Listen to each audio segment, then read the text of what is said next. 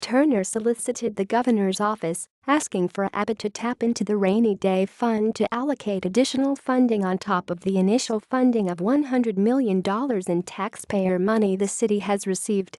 Abbott refused, stating he does not intend to tap into the rainy day fund until the next legislative session in 2019 to recoup fiscal losses from the Hurricane Harvey. Things smoothed out by the end of the week after the governor and Turner reached an agreement at a meeting in Houston on Friday that ended with Abbott giving Turner a $50 million check funded from a disaster fund from his office.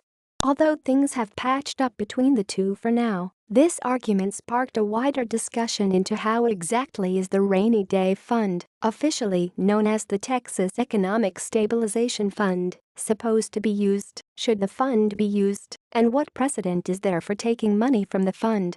The Rainy Day Fund is $10.2 billion emergency fund, of which withdrawals must be approved by the legislature.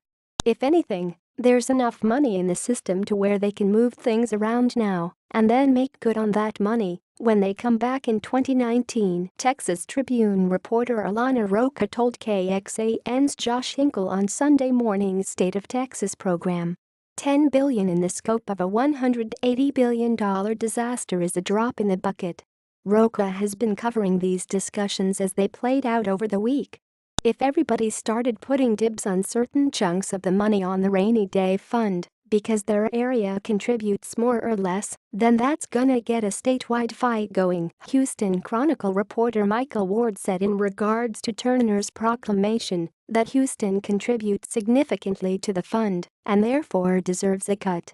Both Roca and Ward weighed in that it would be better for state officials to wait until the next legislative session in 2019 to appropriate funding from the Rainy Day Fund, as calling a special session now would slow down recovery efforts while state legislators deliberate.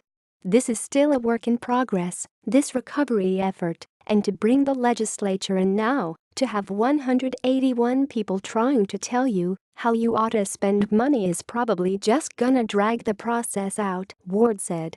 While the city of Houston works out funding for their recovery efforts, Dr. Kerry Stevens at the University of Texas at Austin is taking a new approach to aiding emergency responses to natural disasters by studying how social media helped save lives during Hurricane Harvey. When people couldn't get anyone to respond to their calls for help, a lot of them turned to social media, where people looking to help saw their stories and rescued them. As soon as things started happening, we started realizing that people were posting on social media using their own personal networks to call, especially when 911 went down, Stevens said. Then, we saw groups started self-organizing and started rescuing people themselves. It was a pretty exciting type of rescue because so much was done and people were working together.